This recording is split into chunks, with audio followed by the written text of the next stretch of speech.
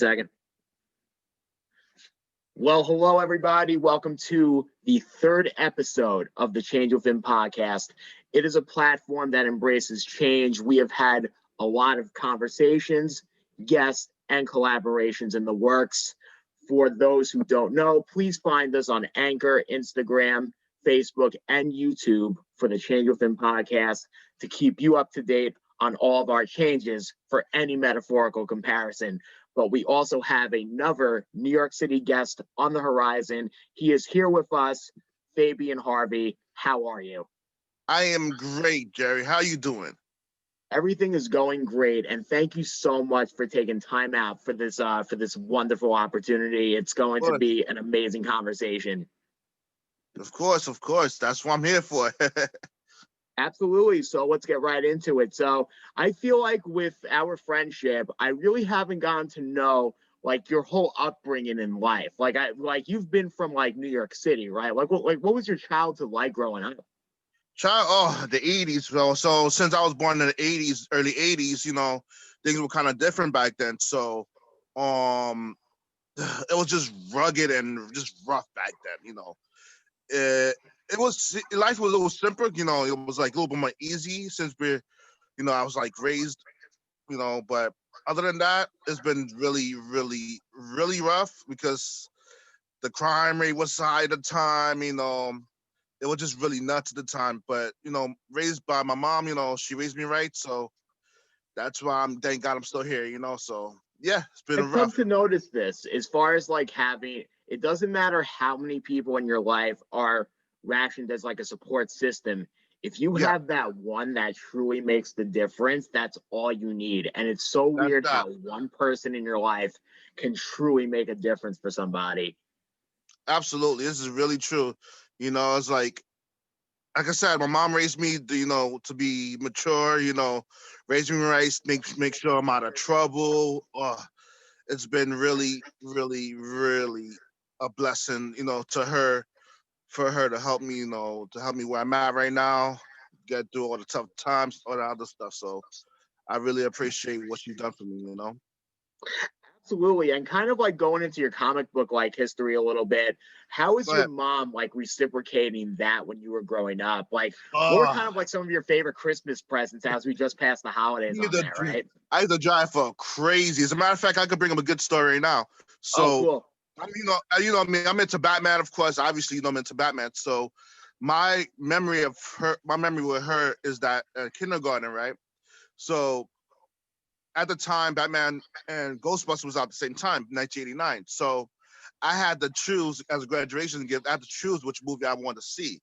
Was it Ghostbusters 2 or Batman? So I'm like, $1 million question to speak for himself. It's really, they both were in the blockbuster hits at the time. So like, dang, which one should I choose? So because I gotta go with Batman. So fun fact, Batman was the first movie I saw in a movie theater, like ever. Talk about history right there. Ever. That's pretty cool. First movie I ever saw in the theater, like ever, of all time. This is nuts. Was Batman, that with Michael Keaton? Yes, that one. Yep, absolutely. Yep. Well, what a way to start off the franchise on that. Right. So that's what kicked my fandom a little bit with that. So that's the reason why I'm like fascinated on Batman, because that's what made me a big fan of the franchise. So it's been really, really, really amazing run since that. What do you think with like his superhero traits? If you were to name one of them, how would you compare one of his traits to how you've adapted in your life? Grief. Since he lost his parents. He lost his parents. So, it's really tough to lose someone you care about. So it's like, it really takes a toll on.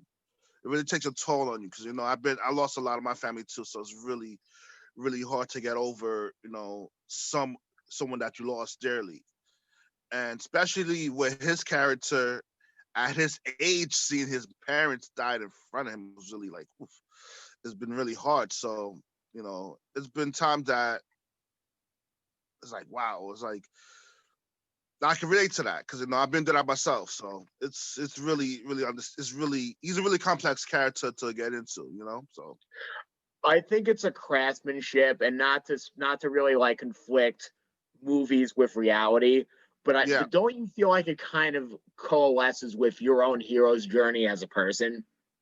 Yes, absolutely. Yeah. So at times, I look at it as I'm trying to explain this as much as I can. So with Batman, right? He just he's just like smart. He just has the tools, he has the money, and everything to. That's what keeps him keeps his mind steady from all the other stuff he's been through. So what I can relate with that is like as long as you have like material things, like say for instance, he has the money. For me, it's the art. So if I'm going through something, I'm gonna relate to my craft to get my mind off of like the negativity and stuff like that. So that's where I can relate to him in that aspect.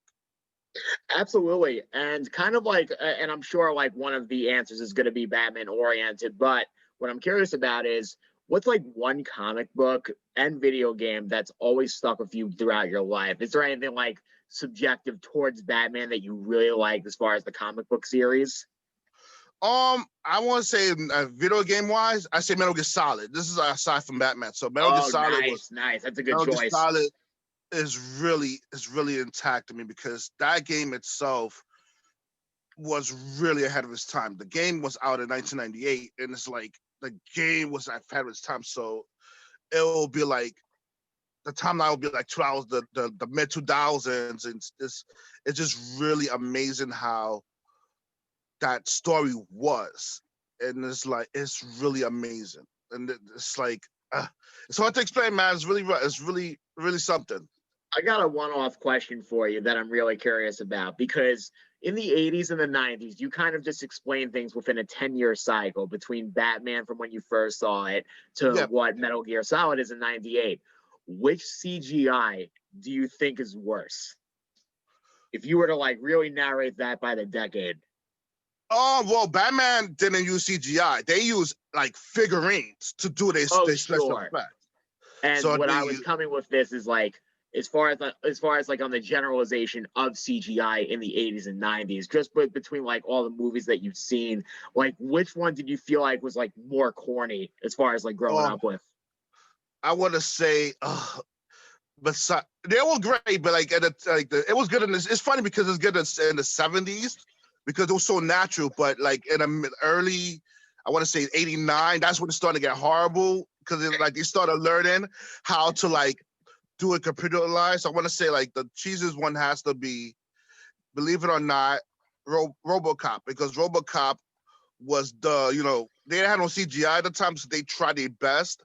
So when they see with the robots and everything, it was like they had to use a figure, so they had to move frame by frame. So that's how they did it versus computer animation. Yeah. It was really cheesy at the time, in time it got better through the years for sure.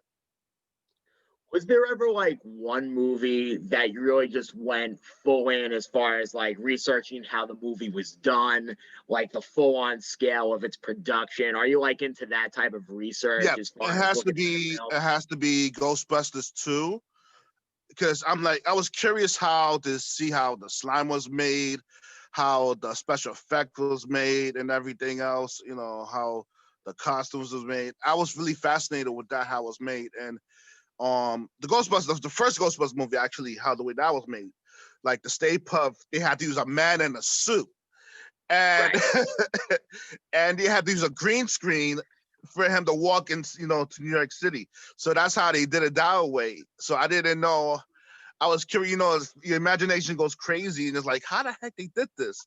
So yeah, that was definitely the things I always wanted to get into. It was the first Ghostbusters movie. It was really really cool. Absolutely. And kind of putting a little bit of that research into practice. I know that you're a man of many talents. Like, what was kind of like the first hobby that was able to acclimate you in pursuing more of the passions within like the comic book realm as well? Oh, gotta be my art. Gotta be my art. So I started art drawing when I'm self-taught. So I did everything self-taught. I mean, I was like one day, I was like 5 years, right? Maybe 5, 6 years old when I first started drawing. So I'm like, wow, this is something I want to do when I get older. So that's what I was fascinated with. I always loved art, as the years went by. I evolved, and this like the years keep on going by, it just keeps on getting better and better, and I'm still learning as I get older, and it just keeps on getting better. So that's where it lies, you know. Here's something kind of interesting to that. So, what I'm curious about is in all your years of drawing, what's kind of like one figure that you feel like you've always had a difficult time trying to draw, but because you like that character so much, you want to keep at it as far as like seeing how you could best emulate that to what your creativity presents? Oh God, believe it or not, I have issues drawing landscapes, like buildings and stuff. So I always have that issue. So what I have to do is I have to like draw. I have to take an image, like a picture, and then just draw like a character right behind it. So that's how I do it. But I'm still learning how to do that. That's my weakness, really weakness right there. It's really crazy. Buildings, I've noticed like if there's such a consistency in detail when you're Yeah, trying to really depict the scenery surrounding it. Like, how are you creating its environment for a reader to look at your work and be like, wow, this was done in like a dark narrative. This was done within a yes, that's fluorescent correct. narrative. Mm-hmm. Yeah, that's what I always wonder, because I always use like when I used to do comics as a kid, like a teenager, I would have to use like a dark background, like a dark image, so for it to stand out. So it's really rough. But as like I said, as I get older, I'm still learning. Right now I'm trying to learn how to do computer animation. So right now that's where I'm at. That iPad transition, I know people who are in that right now, just Yep, trying to it's get like the detail and crazy, man. drawing. God bless them, because that is hours of work. Yes, I was at work. I'm still learning, but I'm gonna eventually get where I'm at. Absolutely. And I'm curious because I kind of want to fast forward a little bit with Yeah. the sense of movies and taste that you're into. And one of the things I came across your Instagram, new to me as well, phase 4 of Marvel. And for many casual people, many people who are into it, it's just kind of like so many movies within one spectrum. So I'm curious, like, do you feel like you're always up to speed as far as following that Oh, continuity? always, always. That's the thing with Marvel, because Marvel has so many stories that's yet to be told.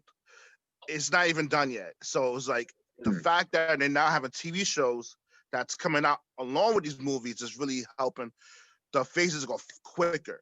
And plus, we have Fantastic Four coming in. We have X-Men coming in the MCU now.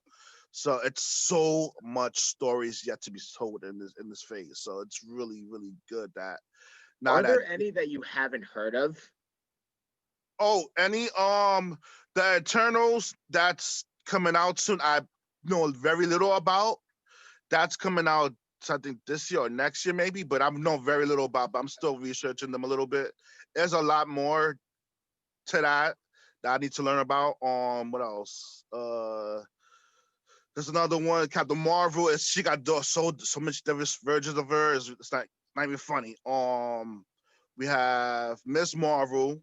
That's a TV series that's coming. There's so many stories that's coming on with. We got WandaVision that's coming out this month with Wanda and the Vision. So we lost them in the Infinity War. Right. Well, Vision died in Infinity War, so I don't think he ever came back.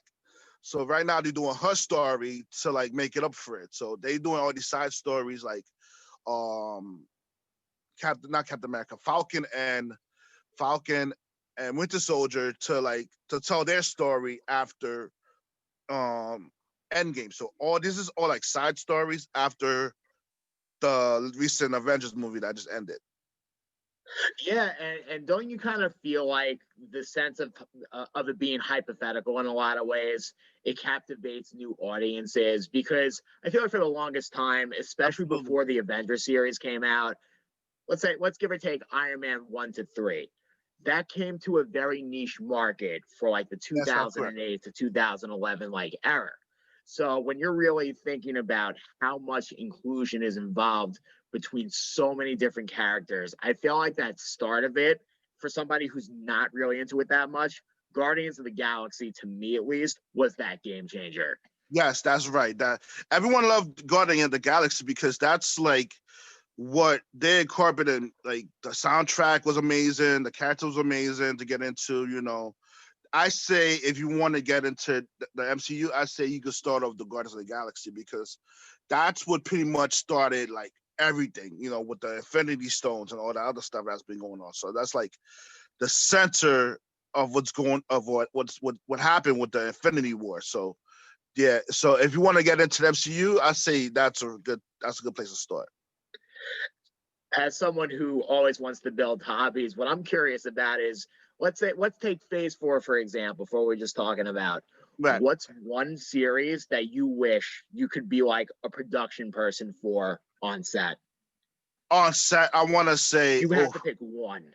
I have to pick one. Captain America, because he's always been my favorite. Captain America's always been my favorite. He has a lot of stories that's yet to be told as well. So, yeah, definitely Captain America. I just think, like, again, kind of like a casual perspective, one of the few movies I've seen is Winter Soldier, and that blew me away. Like, just the way they were able to depict history by its graphics for like what the 30s and 40s were at that time frame. Yes, that's correct. What a very like superb job as far as painting that picture of a story for Chris Evans to really showcase his artistic talent. Yeah, sounds great. Yeah, that's definitely and another one, of course, is Robert Downey Jr. Of course, he's another good actor in that franchise. Another one. I forgot his name that played Bucky. I forgot it. Sebastian Stan. There we go. He's amazing right now. He's killing it right now. So I say, since Chris Evans out, I say he's gonna take the torch for sure. He's gonna take over that franchise. That Captain America franchise. Maybe a redundant follow-up, but I'm curious about this. What's like one actor you've really been reintroduced as far as like admiring their work since they've committed to this type of genre of film? Robert Downey Jr., of course, Iron Man. Like he was at a low point of his career, and then when he did Iron Man, it just like skyrocketed back up because he wasn't at the right. He wasn't, as you know, he was in a rough place, with the drugs and all this other stuff he'd been through. Ever since he did the first Iron Man, he just put his career back intact. So. Big ups to him. I respect him for that, and he's still doing that to this day. It's very interesting when you have someone like Robert Downey Jr. who has had such a tough past within his drug use, and seeing and also witnessing the more success he's had, the more he stayed sober. That goes to show that you've gained experience of what to expect in the realms of the stress around you, and to give into those vices has become much more of an easy trait for him to overcome. Absolutely. Yes, absolutely. And another one that intrigues me even more is who played the Hulk? I forgot his name. Oh boy. Mark Ruffalo. Another one. I love his I love his Hulk because I like his evolution of the character, from the Hulk to like Professor Hulk. I love that evolution to that character. Now he's gonna pass the torch to another Hulk, which is She-Hulk, which is another series that's coming out. So that's gonna be something fun to look forward to. I think just philosophically speaking, when you see like the Hulk come to who his character is, especially in those movies, it does speak to the potentiality of people being irate in their most vulnerable moments. Yes, that's for sure. That's true.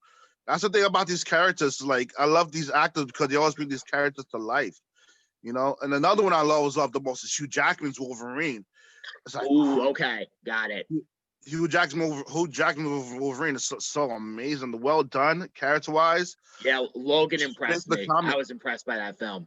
Oh, Logan was the best one he ever done. It's like another one that the evolution of that character is really well done. The fact he done it for 18 years, 20 years, it's amazing. It's like, wow. Yeah, absolutely. Like you think to yourself, this guy has been probably acting in the series since his late 20s to early 30s. Yeah. And to be like almost 50 or even past 50 at this point and feeling so in character to how the authenticity of that perception is. It's mind 20 blowing. years, longer than MCU altogether. It's the Oh yeah. longest. Long. I can't believe how long he did it for. It's amazing. So like, as I know, you've been to Comic Con how many times now? Oh, I've been to Comic Con since 2013. What's been like the evolution of it? Do you feel like there has been a change as far as the people they've gotten until like before like the pandemic Yeah, occurred? yeah. Oh, yeah. So like now that social media has been changing through the years, so that's what I'm thinking. That's where the evolution comes with it in terms of Comic Con, and now with the pandemic going on, they figured out how to advance it in case we have another one of these pandemics going on. So it's really cool to see how this changed throughout the years. It went from just for people going there with costumes and stuff like that to like getting to know the series, the aspects of the shows, getting to know the characters. It's really, really good to see this change throughout the years, and I'm glad to be part of it. So for you, you've been to the event at this point, I'm gonna say 6 years. So So yeah. so in your case, like I'm a big believer that anyone has room to improve. What do you think is one thing that you feel like Comic Con is missing? Like if there was one thing to add to it, because there's Ooh, always something you could do ooh. better. What would you like kind of observe as far as like to include in that? Oh boy, like I said, I mean, this rough. It's a tough answer. It's a tough question. Like I said, it just evolves every year. Every year it changes. So it's like the the long social media is changing. So Comic Con is gonna change. Like the interaction Mm. with with the shows, the audience, everything. It's just changing. Like the interaction with the fan. It's just really, really, really cool, man. Really, really cool. Absolutely. And in that case, like going back to the movies a little bit, what was like if there was like one red carpet that you want to be part of, maybe it's like the Captain America, what you're talking about, but what's kind of like one red carpet you wish you could have been on before like the Oh, premiere of the film? Infinity War, easy, Infinity War, because that movie was so star-studded, man. It's like they had every single character in the MCU in that movie, like everyone you could think of. So it was star-studded to be there, and to know those characters, those actors to portray those characters is really cool. To get to know them is really cool, I man. think it's the one film in that whole sense of series where even the people in those roles are probably starstruck by each other to a whole new magnitude. Yes, definitely, yeah, for sure. But like, it's I never in my years I've seen these comic book movies. I never seen any superhero movie that like to make that big of an impact. Yeah, Even and Star Wars. especially like I was reviewing it off another podcast I was a part of, and just the sense of how many people were talking about that film, just like again like the casual demographic that I know, and then how willing they were able to learn more and backtrack themselves into binge watching other films within the franchise. It does create like an interesting perspective as far as wow, what did I miss and how am I going to get back to like where I can understand the full plot. Oh, with that, the full plot, I think it kicks in more after Civil War because that way, what happened in Civil War? Remember Civil War? The teams were split into two, so they were trying to figure out like was they ultimate test to see the. And this is my perspective of it. It's like Yeah, with them splitting it up in half the teams.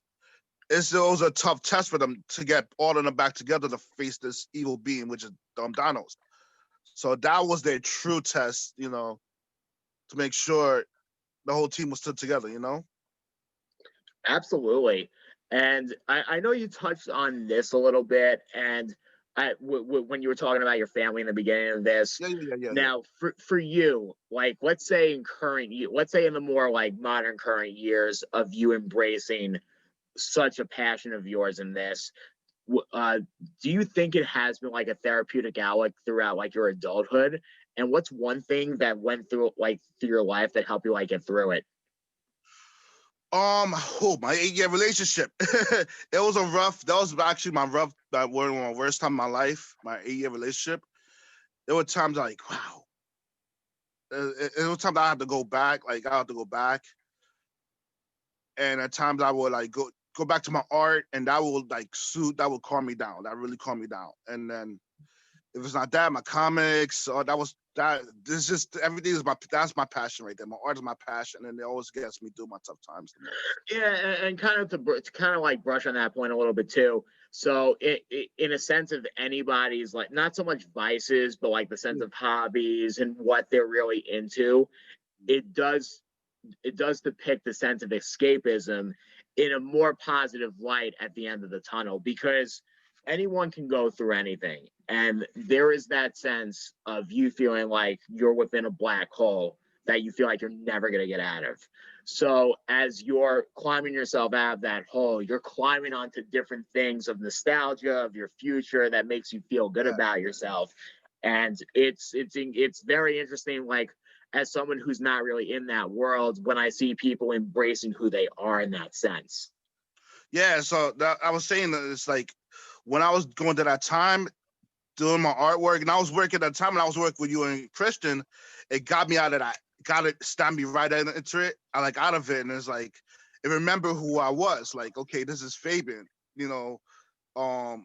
back in his art, back in his craft, and that really helped me a lot during my time.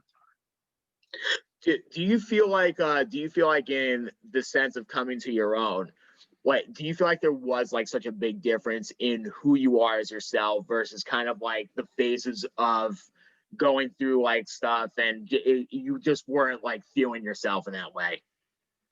Yeah. Oh God. Yeah. Every time when I'm at work, I was pushing myself a little harder. Then it's like, and I know my feeling. I gotta push myself a little bit harder to get where I'm at. I never give up. I'm always like pushing myself forward. That's the way I've always been. It's like that's where I always was. So that will never change about me. Now, you were working in the theater industry for a little bit, if Yes. I'm not mistaken, right? Mm-hmm. So now I'm curious about this. With the sense of the pandemic going on, I was wondering if you're still there, and whether you are or not, what do you think that forecast within this year brings for like people who are willing to go back to like a live show? Like what's kind of like your up out of that? Oh, whew, it's gonna take a while. I won't believe that we see a live crowd for the next 2 years. It takes a lot of time and a lot of for the actors. It takes a lot of time, and they helped as well too, because that was rehearsing every day. I work in the front desk, so I see them come every day, and at times they'll be tired, exhausted, and all this other stuff. So if they do that now, it's gonna be a lot harder, because with the pandemic going on, you gotta worry about, oh my God, I'm gonna get sick, stuff like that's gonna run through their head. So right now, Yeah, you know something? I didn't. This is why I love doing this podcast. I If I was to kind of rationalize all the logistics, physical, mental, or whatever, that was kind of on the bottom of the totem pole for me, as far yeah, as like, as far as that the sense of being in that method. So it is interesting when you have things like this triggering your thought, and mm-hmm. how it's going to affect the sense of you acting in the moment. And the only like good example I've seen of that where people do it live is SNL. And even them, they're very limited as far as like obviously how many people are in the audience. Yeah, exactly. About this, like, it's really tough performing at no crowd. So it's like it's actually less on them, in my opinion, because they don't have to worry about a crowd there. They could do like so much more without a crowd, because there's no crowd and there's so much to do. But it's more pressure because of the fact that they got to worry about their health. So right now, that's the main thing for theater at the moment. That's just my opinion, of course. Absolutely. And kind of like a little one off on this, do you have like a favorite late night show that you like watch between all of them? Do you have like a favorite host? I used to watch Mad TV in the early 2000s. That was my favorite. Oh That was my man. favorite. That was my favorite late night show. I love the sketches. It was so hilarious. So That is great. one show. If you say Mad TV to me, I just think of so many funny memories watching Ari It's so Spears and, amazing, man. and I miss like that show all the too much. greats on that show. Just really like breaking the mold as far as how you do comedy. Exactly. Yeah.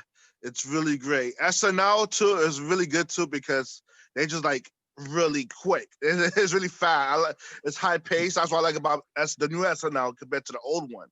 So we got these new stories that's like full of energy compared to the older cast. And like in the 80s, it's more high pace.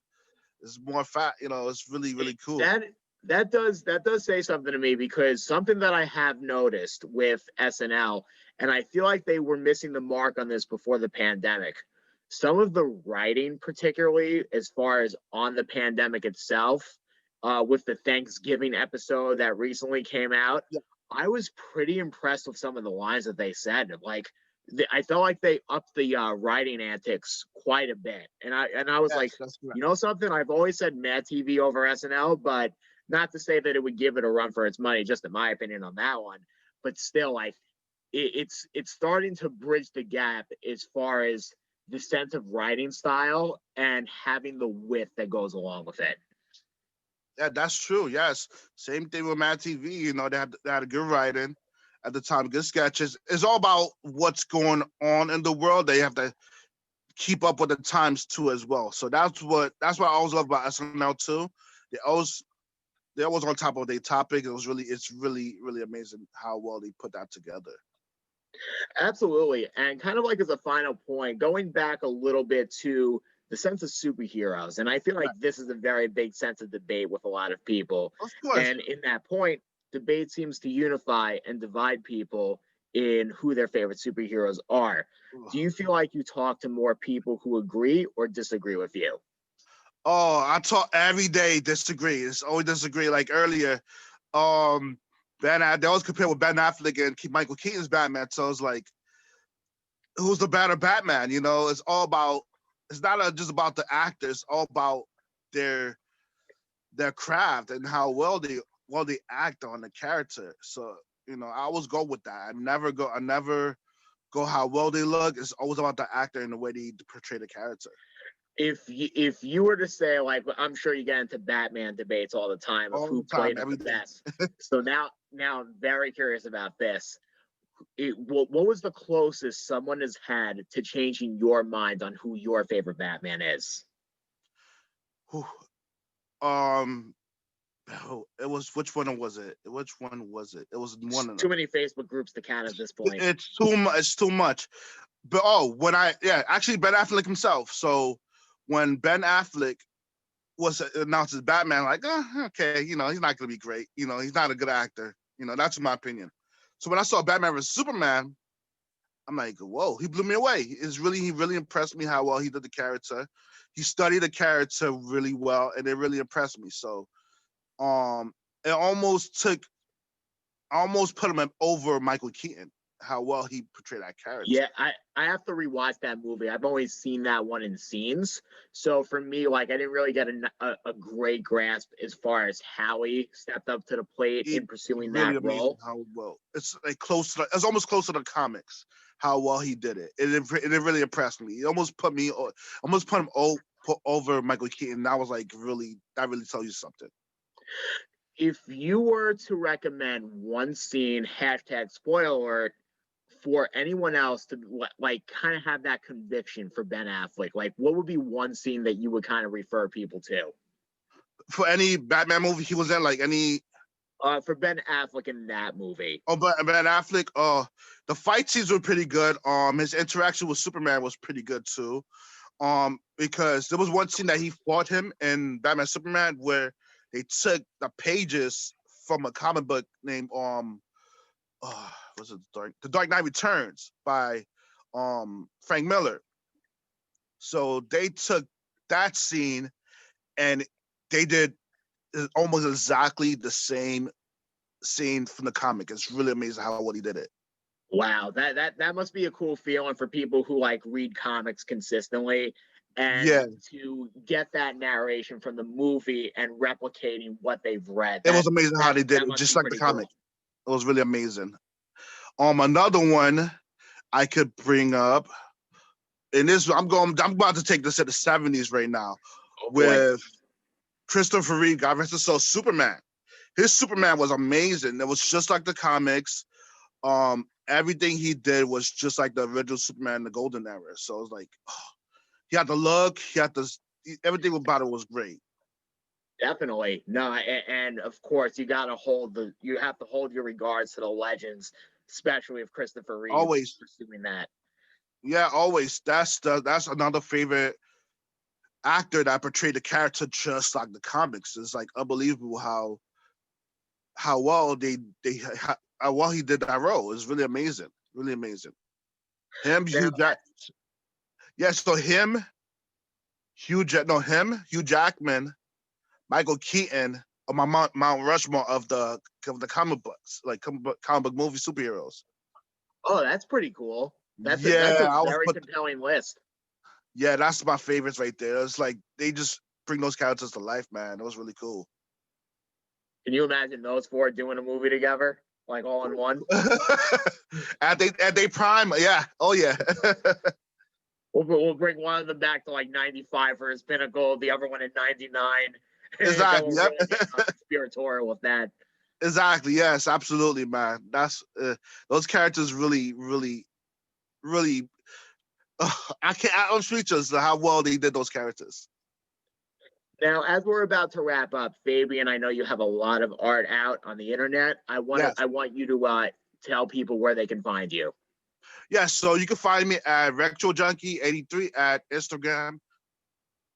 Well, not com, but just find me on Instagram. Sounds good. Awesome. Well, Fabian, thank you so much for joining the Change of Film podcast. Dude. Of course, and you can find us on Anchor, Instagram, Facebook, and YouTube, the Change of Film podcast, and many more change to come. Thank you and have a good night. All right, Jay, take it easy, dude. You got it. Bye-bye.